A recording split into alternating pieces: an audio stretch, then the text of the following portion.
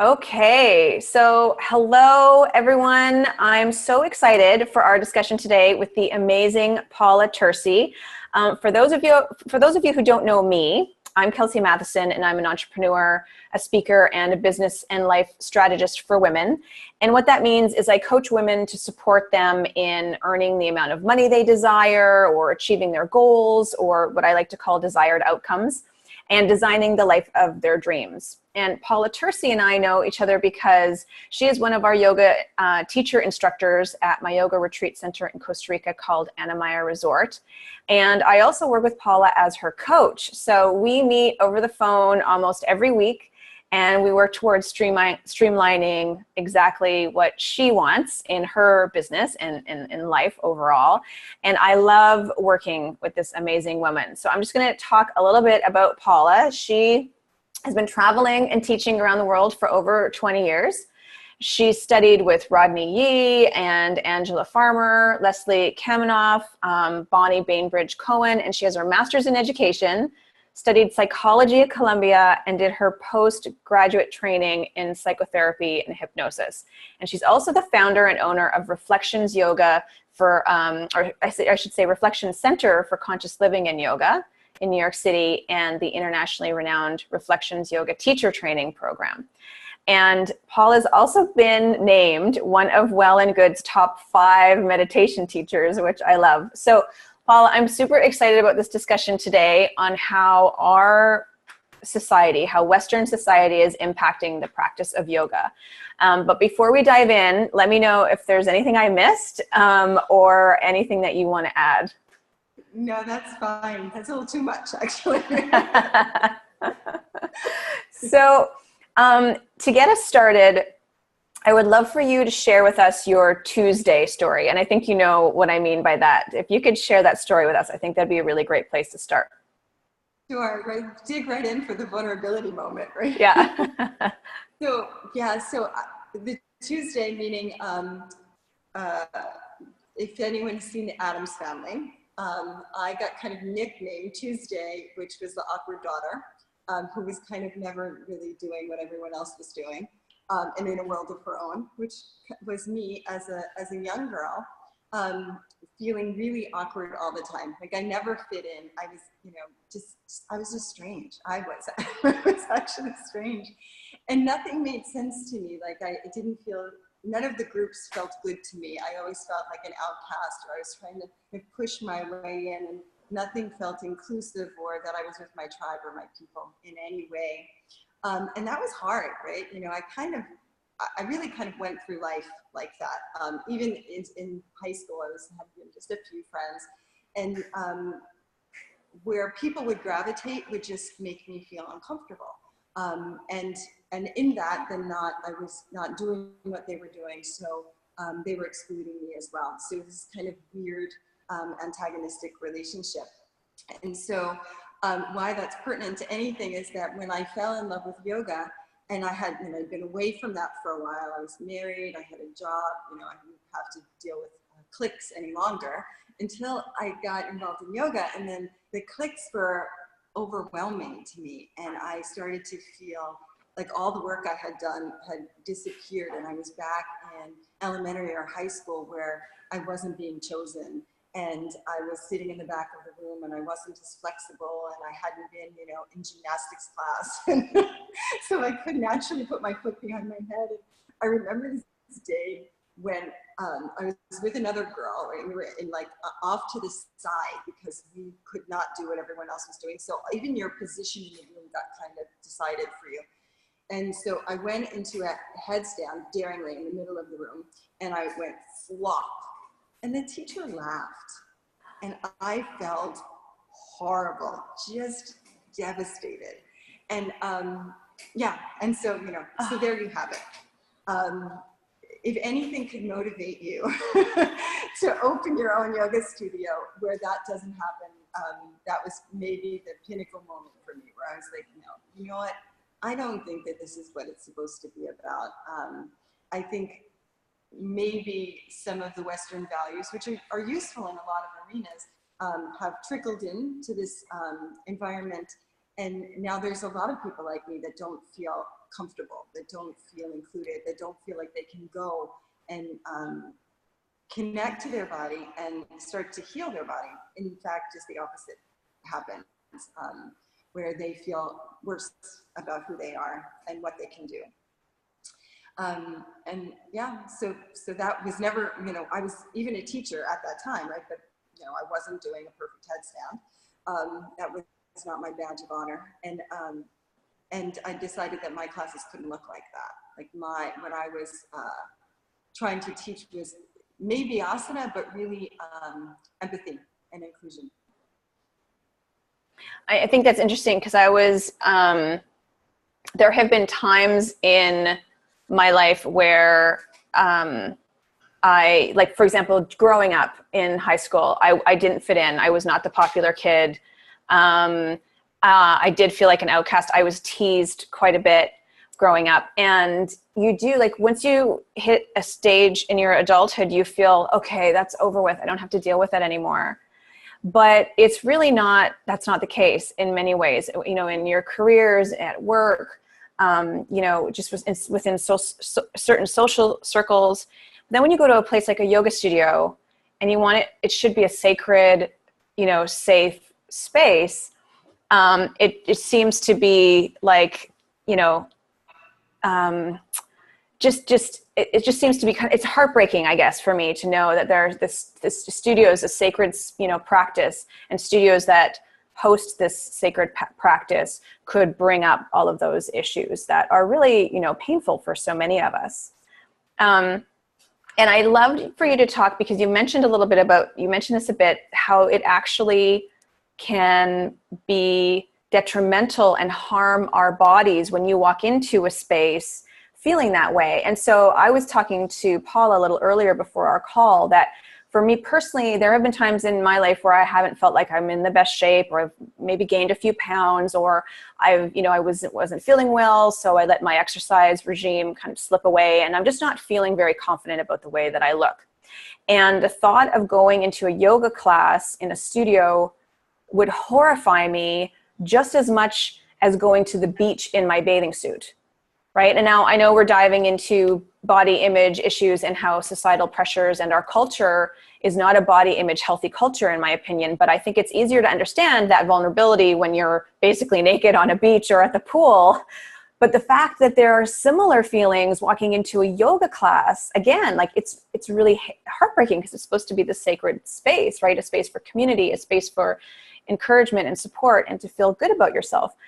And you know, Paula, I'd love for you to talk about body image, but also when you are feeling that way, walking into a space like that, what happens to your body physically? Because there's a physical risk when you are actually in that emotional space, correct? Mm-hmm. Yeah. You know, so I think the first thing that I'd like to just mention is why the practice was designed. Because I think that's where it all kind of gets away from us. It really was a practice that was created for self-healing and not kind of in a prophylactic way, right? Like if I am stimulating the organs of my body, if I'm keeping my joints lubricated, if I'm creating, like we see, because we live in the city, but you know, the people in the morning doing Tai Chi, it's the same idea, right? But there's no, that I know of, competition happening there, right? But that's really what yoga is about. It's, you know, what organ is this asana stimulating? What endocrine gland is this asana balancing? So that is the goal. Not to put your head on your knee, or to be able to do the most perfect back bend or hand balance. These are things that we've kind of brought on as Westerners to get people engaged. So it's become more fitness and competition, and that it's just not, it's completely backward and not what it was ever thought of to be. You know, if you think about who created it, these ancient gurus, they didn't really care much about those things, right?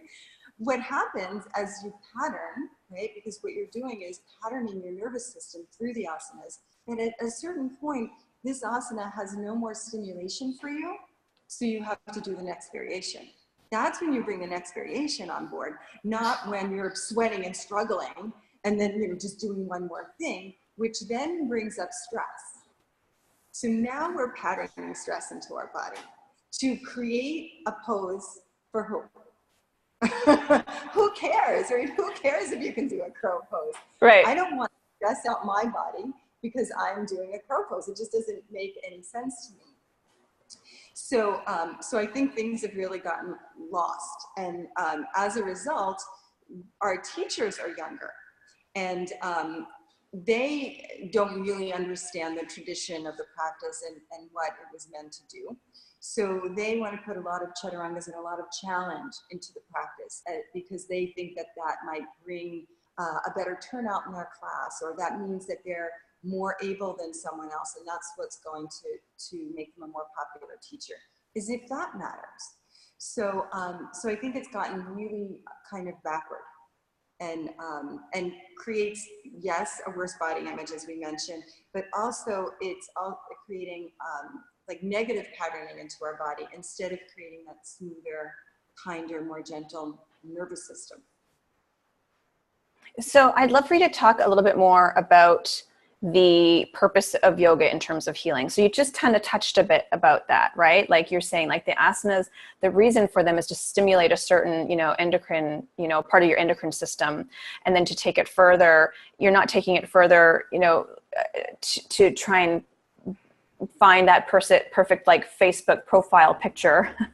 It's all about healing your body. So, and it happens at NMI as well, because with this beautiful backdrop at NMI, and people want the perfect yoga pose with, but it's, you also have to be really careful and do along with your instructor. Otherwise, again, you're going to be damaging your body, not doing any benefits. So if you could talk a little bit more about the purpose, like the ancient roots and the purpose and where that came from, again, versus the competition, that we experience in our local studios or in our culture, that'd be great.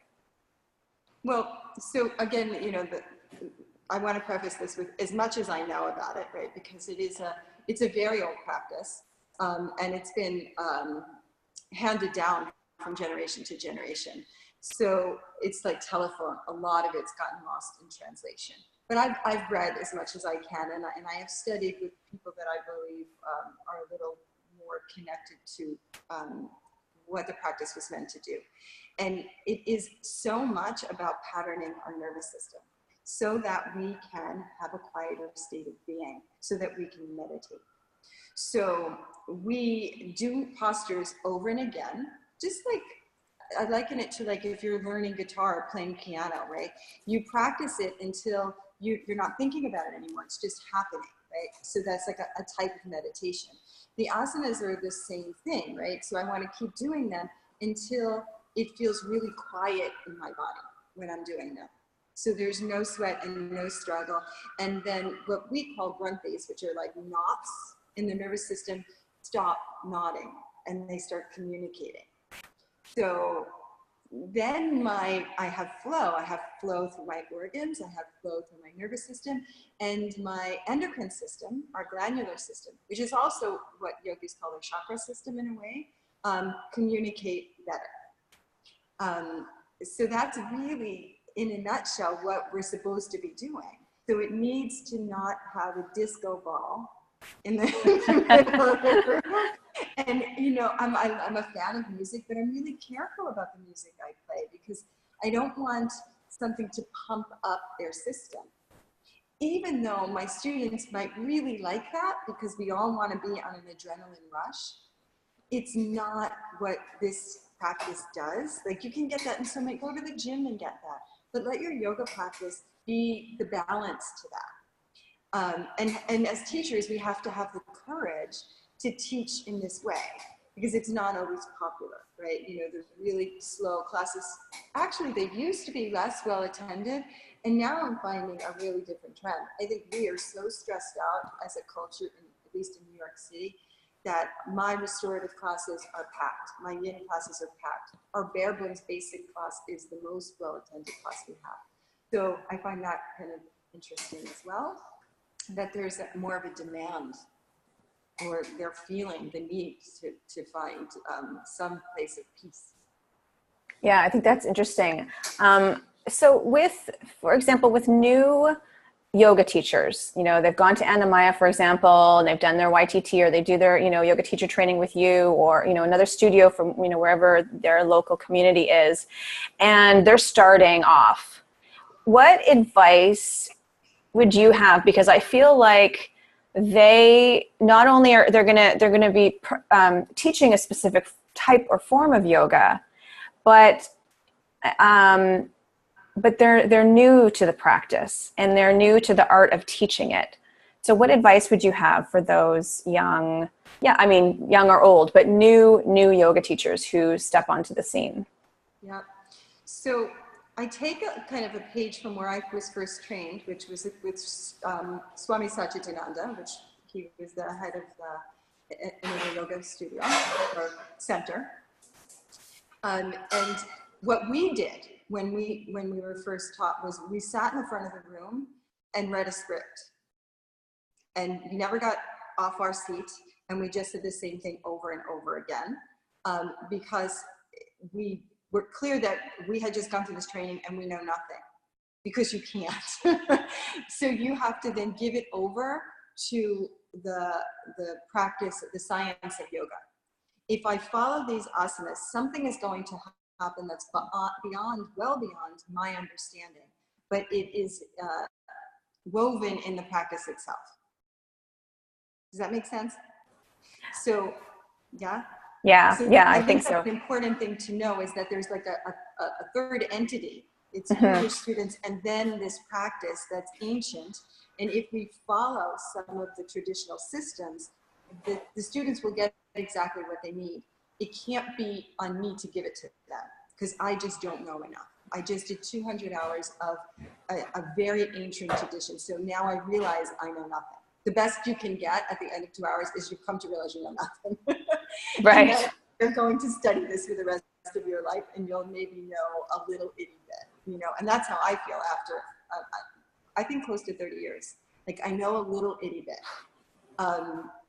Because it's so layered, it's so complex that our minds can't really know it, but our bodies know it. And so when we have a practice that's teaching at a certain tempo, so that the nervous system can change from its sympathetic state, its fight or flight state, to its parasympathetic state, its calmer, more meditative state, then yoga is happening. But if I've just been asked to do like 15 chaturangas in 8 minutes, that yoga is not happening. Rotator cuff injuries are happening for sure, but yoga is not happening. And so I think that just, and also our trainers are younger now, so every other person now is also running a yoga teacher's training with less than a little itty bit of knowledge. Like, I still feel intimidated to be teaching it, and I've been studying it my whole life. Right. I think that's interesting, because even, for example, for me as an entrepreneur, I went to business school. I've now built, multiple businesses. Every day I'm learning. Every day I'm evolving. Every day I'm connecting with, the universe or source energy, whatever that is for you, because I love that you're talking about this third entity. There's you, then there's as a new teacher, then there's the student, and then there's this other entity that is that ball of knowledge that, will feed into your growth and your evolution.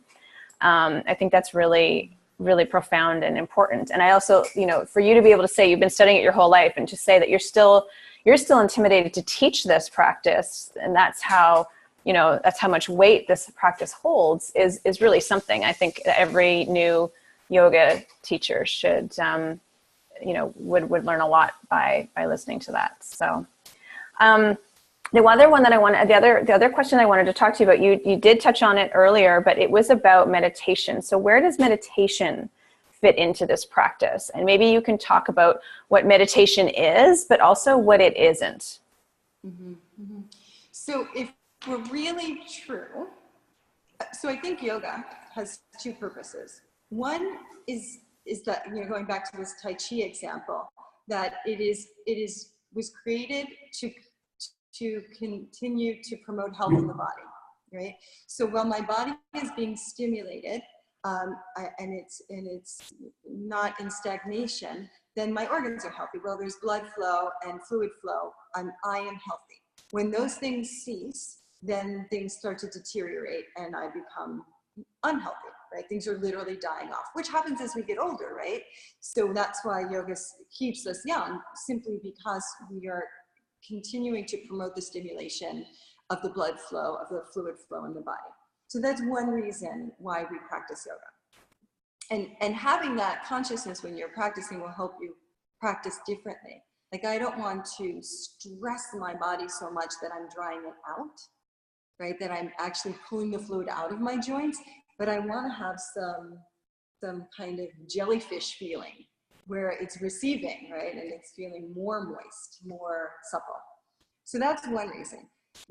Traditionally, yoga was designed so that my body had a flow through it, my nervous system had a flow through it. So when I sat for meditation, I could sit more still for longer periods of time. We've heard this a million times, people don't buy it, but it's really why this whole shebang happened, right? Was so that you can sit down and meditate, right? But we've created, competitions and festivals and all kinds of, and a career and a multi-million-dollar industry, right? If not more.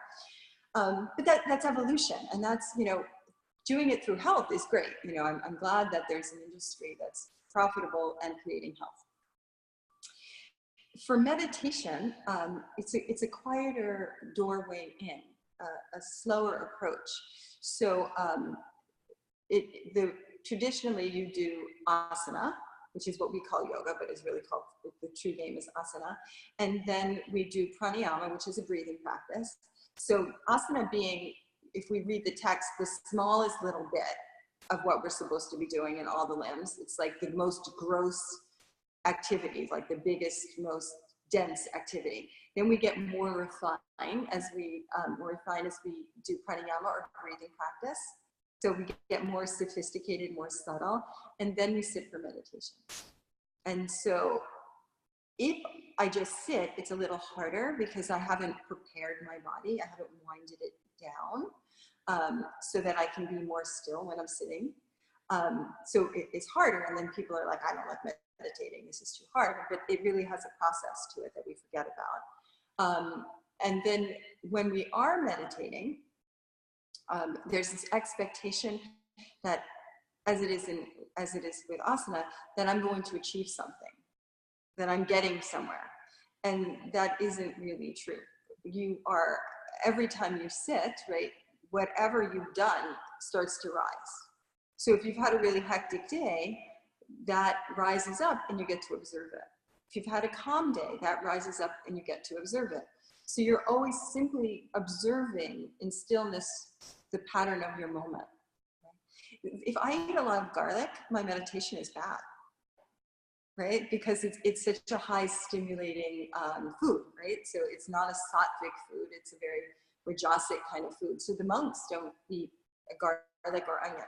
It's too stimulating for their system and they want to be quiet. But I get to sit and watch what's happening without trying to change it, pretend it's not true, do my dishes instead of being with whatever's coming up, like all those distractions. And I can just sit with a thought. What I don't want to do is resolve the thought. So the thought remains without a thinker, in a way, right? It comes up, I see it like a bubble, and then I just let it pass. I don't try to figure it out or bring it to the next level or worry about it or what does that mean about me. It's just energy lifting and dissipating and lifting. So that's the process, that I can let the energy lift and let it go. So if that's the philosophy, then you're to expect a lot of thought coming up, right? And that's positive, right? I get a lot of thought coming up because I get that much to let go of. Now, if I grab back onto the thought and think it through, I haven't let it go, right? I've just brought it back into my system in another layer, another thought pattern. So we're set up for failure when we're like, it doesn't matter, Kelsey, how many times I say it when I teach meditation, you're going to have thoughts. When I ask the group at the end, so how was your meditation? They're like, it was terrible. I had so many thoughts. I'm like, because, conditioning is what it is, right? We believe what we're told over time. And unfortunately, sometimes we're not told the truth. Right. Yeah. Yeah. So, yeah. Especially I think it's now considered a $9 billion industry. Oh, really? Crazy. And I'm all for, people making money and careers out of, serving people and supporting health and wellness and giving back and making the world a better place. But when there's that much money involved, unfortunately, there's all these other layers of competition and, and other stuff. There's a lot of layers. And so I think because we are such a busy culture, and I think right now stress has become an epidemic for so many of us. And we have a lot going on. And I think, but part of the ripple effect of that is also our adrenals are maxed out, our stress levels, are so high. And so I feel like for some of the women who are a part of my academy, I have the Optimal Health and Conscious Living Academy, and it's an 8-week program where, women around the age of 35 to 55 who feel like the rug has been ripped out from underneath them in terms of their health and well-being, they go through an 8-week program. And we talk a lot about adrenal fatigue and the endocrine system and stress management. And so from that perspective, I'd love for you to talk about not only yoga, but meditation as well, and the healing aspects in terms of what we're doing right now to our bodies in this, in this crazy world that we're living in. Well, I would say first that I've taken that course and I learned so much. I'm in this field a long time, and it was so valuable. Oftentimes you take online courses and you're like, nah. Okay, that was okay. But I learned so much from it and really have changed things in my life as a result of it, which is even more important because oftentimes you take courses and you're like, okay, I did that, but nothing shifts. So I made some really big changes as a result of the course, and your presence, and then all the really interesting and knowledgeable women that you had was so positive. So every woman should take this course. I really do believe that. Thank you.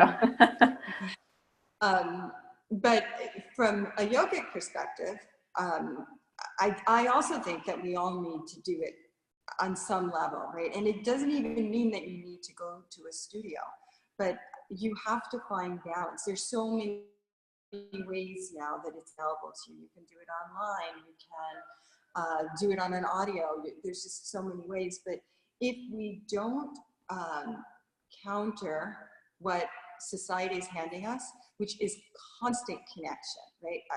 I must answer my emails within 8.5 minutes. I have to check my Facebook. I have to be on Instagram. I can't go take a walk and be unattached, right? So the people who are growing up with this device, it's so useful, right? I mean, there's so many wonderful things we can do with it, but the balance of that is that it's stealing any free space. So in that, in our life, right? I mean, when I grew up, there was lots of free space. Like, I felt bored, and that was really positive. Like, good things came out of my boredom. They don't have that opportunity, so they have to create it. They have to create, or we all have to create empty space. And that's what yoga can help us to do. So that's the kind of class I think we should be looking for. Because there's so many other, you can do CrossFit, you can do Pilates, you can do the millions of other exercise programs that are out there. But yoga is a place to help us feel empty for just an hour. I mean, that's even kind of fascinating. I cannot get a crowd in an 1.5 hour class. I can only teach an hour. And it was traditionally, for those of you who don't know this, the classes were always an 1.5 hours, but people don't have the time. So we get a lot done in an hour.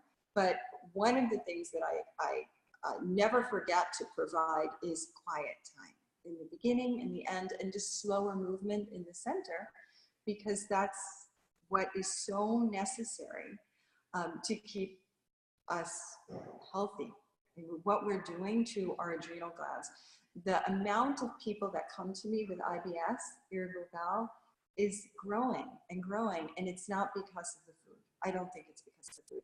I think that's an emotional problem that that gets pocketed in our intestine, and it gets back at us. You know, like it really starts to show us how toxic we are from everything we're doing to ourselves.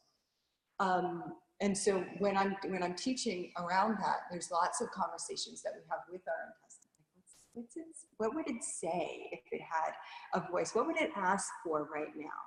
And usually when I ask that question, tears start coming, like just a fountain of tears, because it's where we pocket our stuff. Like, I just have to keep going. I have to do this one more thing. I have to do this one more thing. And it gets stuck there. And so, you know, I'm sure that some of it's allergy, you know, all the other medical reasons are true as well. But I think a lot of it tends to be emotional. And I wouldn't say that as women we have a harder time.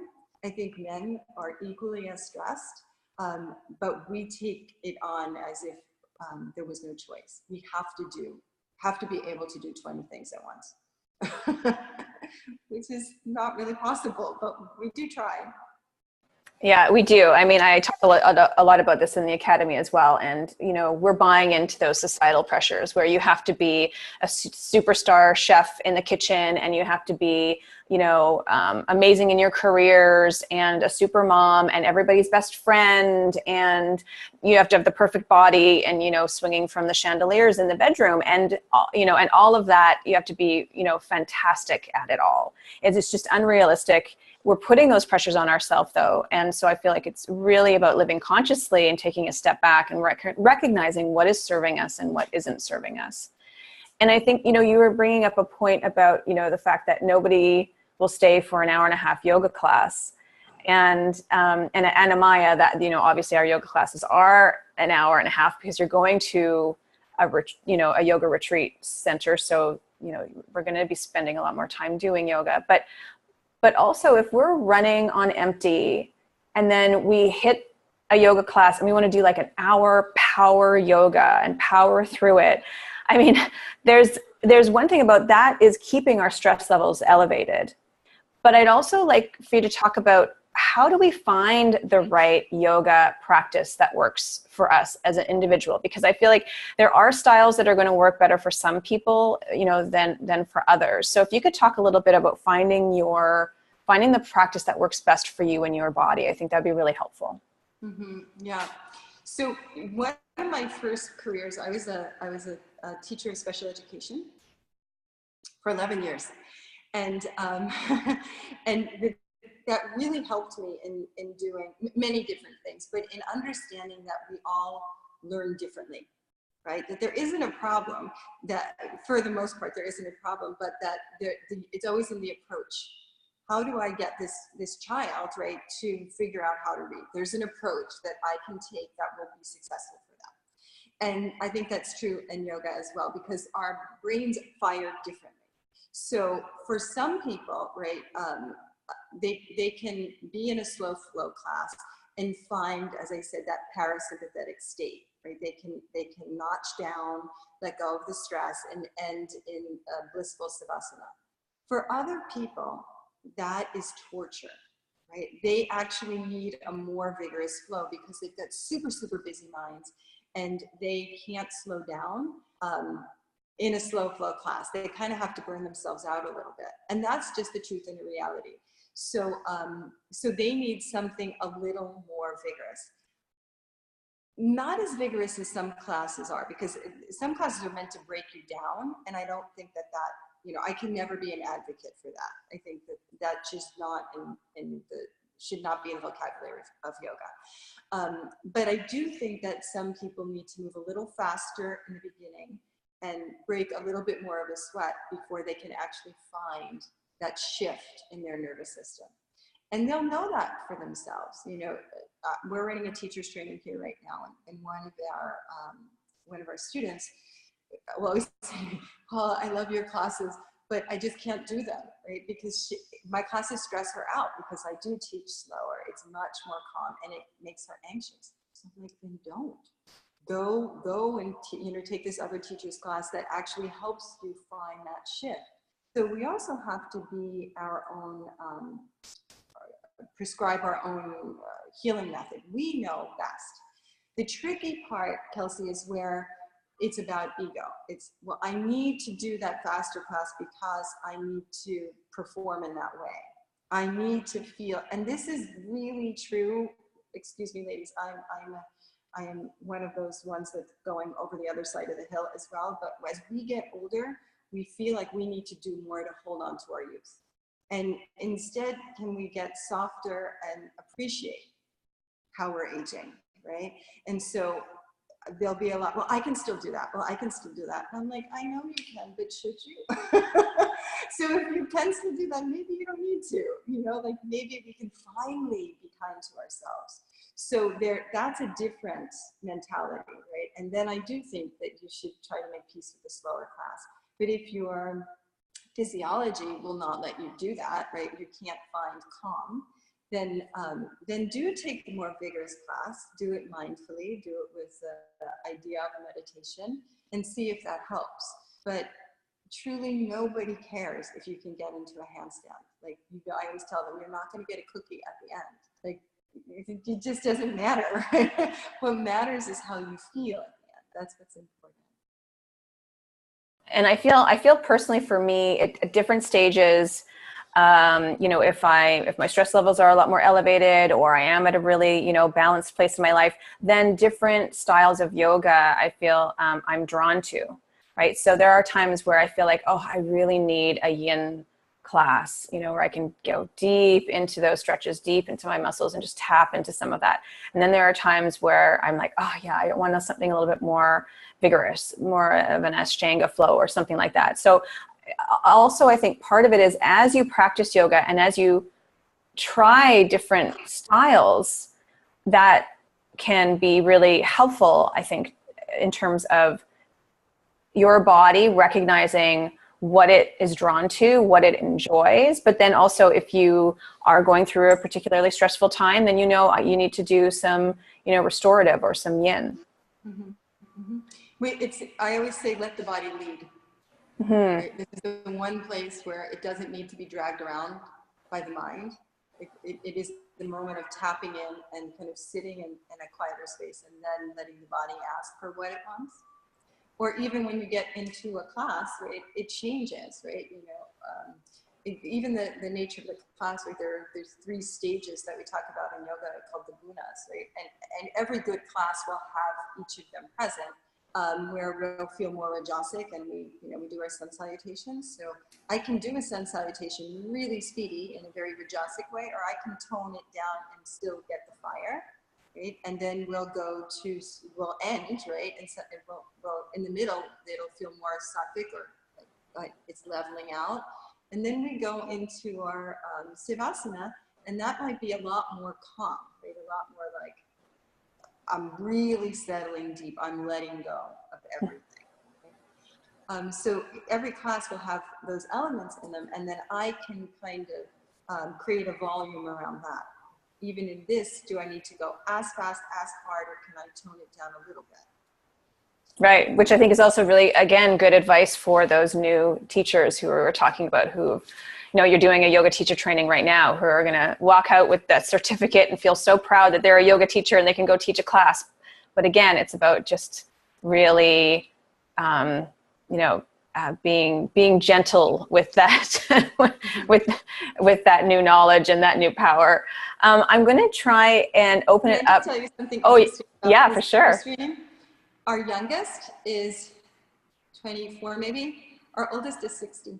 Oh, I love that. Isn't that great? And it really is a mix in between. It's like, and then I think after that, there's like 55, and then there's a 40. And then, so it really is like, it's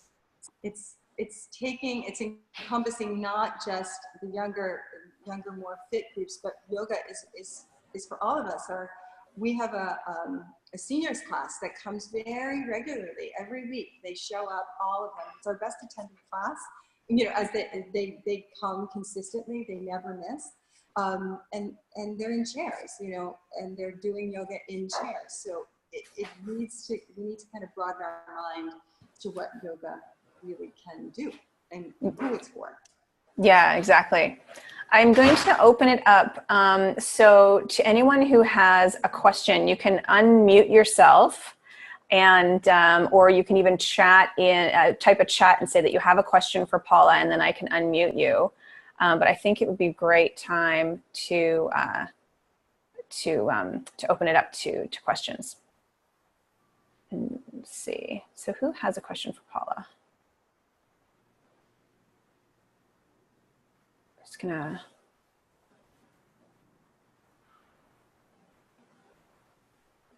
Let's see. Okay, you know what?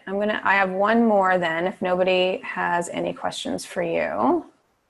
I love the idea about you were talking about your seniors class, and you also have a mommies with babies class around the same time. Mm-hmm. And, you know, finding like a healthy studio environment, a healthy yoga studio environment, what would your tips be for, you know, people who really want to practice yoga and you know, expand their knowledge of it, but find a studio that has that community, that has that healthy environment? It kind of goes back to the Tuesday story from the very beginning. So why I created a studio to begin with was that I could never find my tribe, so I just created one of people who I could converse with, who I could feel good around. And so that became Reflections. And so what was really important to me was that it truly was a no judgment zone. And that anyone could come and do whatever they felt they needed to do through the lens of consciousness. So you can imagine the many different things that happen here. It could be a cooking class, but it could be a conscious communication. It could be a class on sexuality. It could be a seniors yoga class. It could be a mommy and me class. I mean, everything. Like, my doors are open for anyone who wants to come in and teach or be a part of something that's going to put us on a more truthful path. That's like my only requirement, is that we're seeking the truth. And so when we're looking for our yoga studio, it's a community. It's like a third space or another family. And that's how it feels here. We really try to know everybody's name and their kid's name. And they come, we have a couch, we have a full kitchen. Both of my spaces had couches and full kitchens. And everyone's like, Paula, that is not a profitable space. But I'm like, but I need them to want to be here. I need them to feel comfortable and want to come here, even if they're not taking the class. So for me, that was really important, that I could feel like I could come in and chat with the girl at the desk, or one of my friends might be there. It's like coffee shop yoga or something. I don't know, right? But you can find your friends here, and that your friends are all shapes and sizes, and that people you wouldn't normally speak to outside, you all of a sudden might have a conversation with here, so that it really broadens your view, right, of the world. And you know, we have a speed dating soul thing that happens here, right? So people who are, you know, they're not going to ask you, what do you do for a living? They're going to be like, you know, what does intimacy feel like for you? That's like some of the first questions. But at the same time, like literally running on the floor downstairs, we have a really amazing sound healer. And so those groups run into each other and chat. Right? So like these people who are chanting to, you know, I don't know if there's some disease in their body, are chatting with these people who are looking for love. And that, like, so it's all kinds of things. And that makes me really excited. Yeah, that's very cool. I love that. I think for people who are looking for a studio in their community too, they might need to try a few different spaces before they find their tribe. You know, that I think that's really important. I don't think, you know, we've talked about reviews and things. I mean, I think reviews are helpful, but I think you have to go in and test the waters. And that's, I mean, you know, class is great for that, right? It lets you go to as many studios as you want and really feel it out. But I think that's what class is best for, is to go ahead and shop. And then you need to pick your studio and you need to pick your teacher. Exactly. You're never going to progress if there's no one guiding you. It really was meant to have guidance, because you come up against your block, and your teacher is there like, no, it is now time to go a little deeper, or you can't keep practicing in that manner. You're going to hurt yourself. So you want a teacher and you want your home, but you've got to find it. And it's like a therapist, right? Yeah, exactly. Yeah. I'm going to call out Sarah because she said that she was trying to think of a question. Do you have a question? Can you hear me? Yep. Okay, great. So I can totally relate to the New York, mentality of like being very nervous and anxious in a slow class. When I first started yoga, I never stayed for Shavasana. I wonder, do you see a lot of that, Paula? You see people jumping up like before Shavasana and just leaving? I used to more. I was that girl too. I was up in the very beginning. I was like, pranayama. All right, I gotta go. Yeah. I was like, I don't have time to lay down now. This is like a commercial. I have to go now.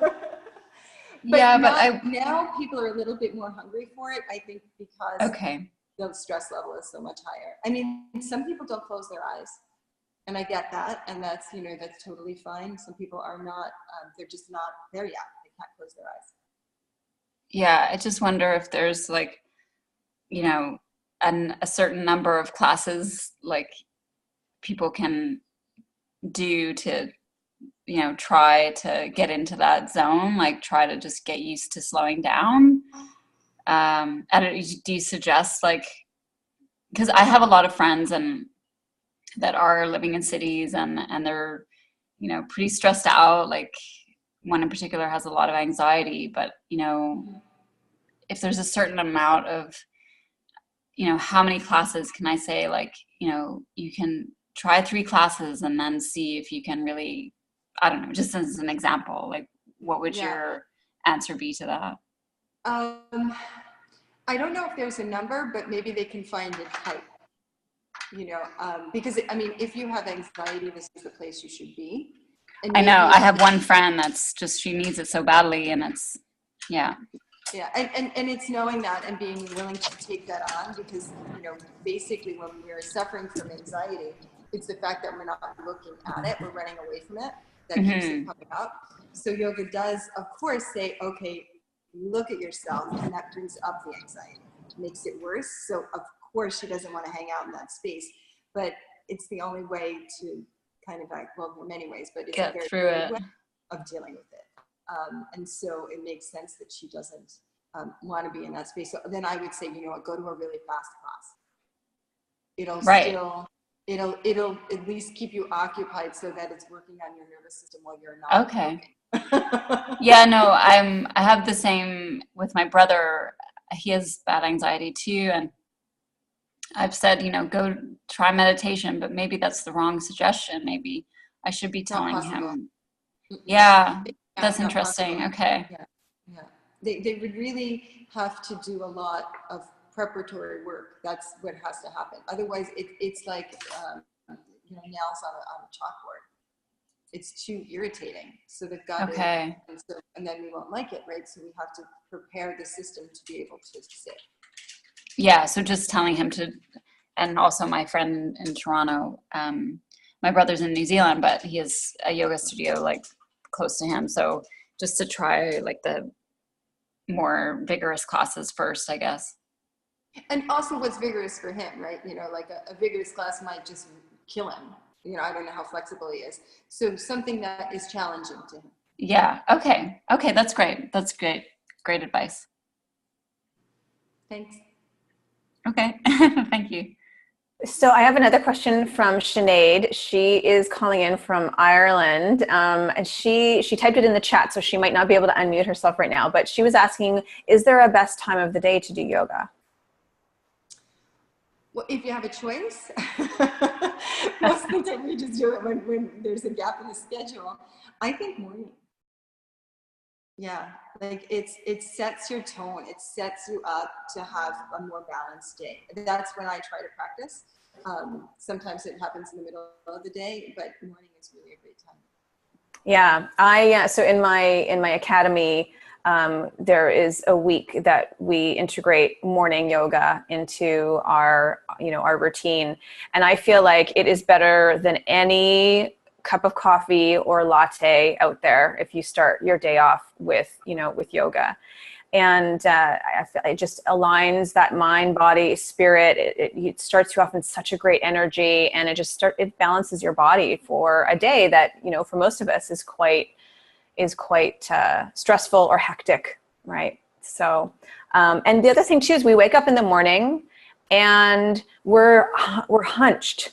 We're hunched over a computer. We're hunched over, we have our phones. We look at the newspaper. We grab our coffee. It's like, let's start our mornings like opening up like this with yoga, like stretching our bodies, moving, getting that, our energy flowing. I think that's really important. In the morning, I think we all are a little puffy, right? It's just how mornings are. But it's because our system has been still and stagnant. So if remember, I was talking about how what yoga is trying to do is create a flow in the fluids. One of the things, right? So in the morning, if we want to feel good right away, we've got to get the fluids flowing. That's why, if you have arthritis, you're like, oh, when you get out of bed, it's tough on the feet or the hands or whatever. So we get on the mat and we start to move the fluids in the body. And then all of a sudden, we don't actually need that cup of coffee. Yeah, that's it. I love that. If there is anyone else that has a question, either unmute yourself or type it in the chat. And Paula, I was going to say, maybe this would be a really great time for you to talk a bit about, you have a workshop going on at Reflections, but you are also starting your Life by Design course, which is this amazingly profound online course. So anywhere in the world can take it, correct? Mm-hmm. And it's starting in October. I'd love for you to talk a little bit more about that. Sure, thank you. So it's on Zoom. It's on the same medium we're using now. And basically it's set up so it's kind of got this two-pronged purpose. One is to figure out what it is that you want to do, or if you know what it is you want to do, how to get yourself there. So it has that coaching aspect. But what I think makes this a little unique is that when you're in that, like if it was easy, you would have done it, right? But when you're in the process, your shadows come up, your demons, your blocks, which is why I haven't done it to begin with. So from my hypnosis work, my Yomian work, my shadow work, we bring that into the conversation because we know this is the biggest deterrent for your success, right? And so we bring that into the conversation and figure out like what were you told, what is the belief system you're holding, what do you believe you're supposed to do versus what you want to do, and that becomes part of the weave of how we get you where you need to go. Because obviously, if we're doing our dream thing, our fears are all over the place. Right? I'm not good enough. They told me I shouldn't. I won't have enough. I mean, they're endless. Right? I don't need to put them in people's brains. You know they are. But we look at that and we turn and we face it and we say, okay, is this a reality? Is this logical fear, right? I can't start a new business if I have $0 in the bank, but I still can start the business. I just need to prepare differently. Or is it because I just don't feel like I will be a success? Is there any proof to that? So, and then who told you that? So we look at all of the shadows that'll come up that have been blocking us for as long as we've wanted to do this thing, and clear them essentially. And I use lots of different mediums. We use hypnosis, we use meditation. We have a peer group that gets involved as well. So we meet in a group and then those groups get together in a smaller group and start to talk about some of the stuff that's coming up. And I just feel like I love to teach it so much. It's my thing, that I've wanted to do for so long, and now I'm doing it.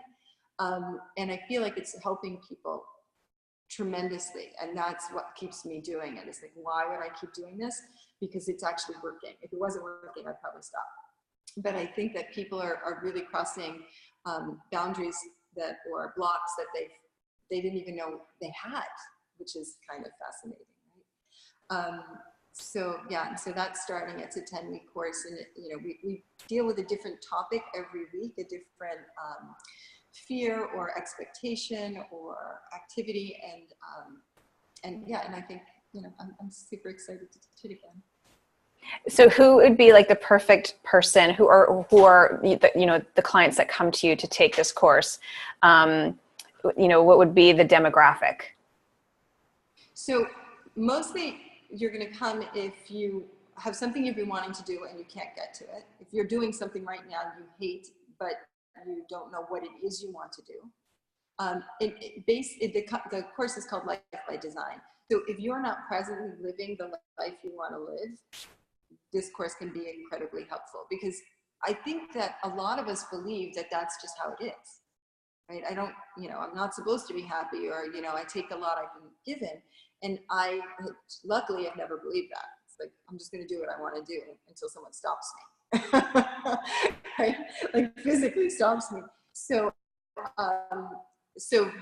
those types of people who have something that's not allowing them to feel completely happy when they get out of bed in the morning, or completely happy with the partner they're with, or any of those things that are like when you wake up in the morning, you're like, ugh.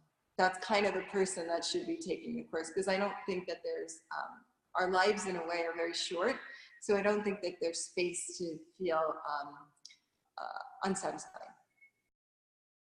Mm-hmm. Yeah, I love that. And when is it starting? It's starting October 21st. October 21st? Yeah.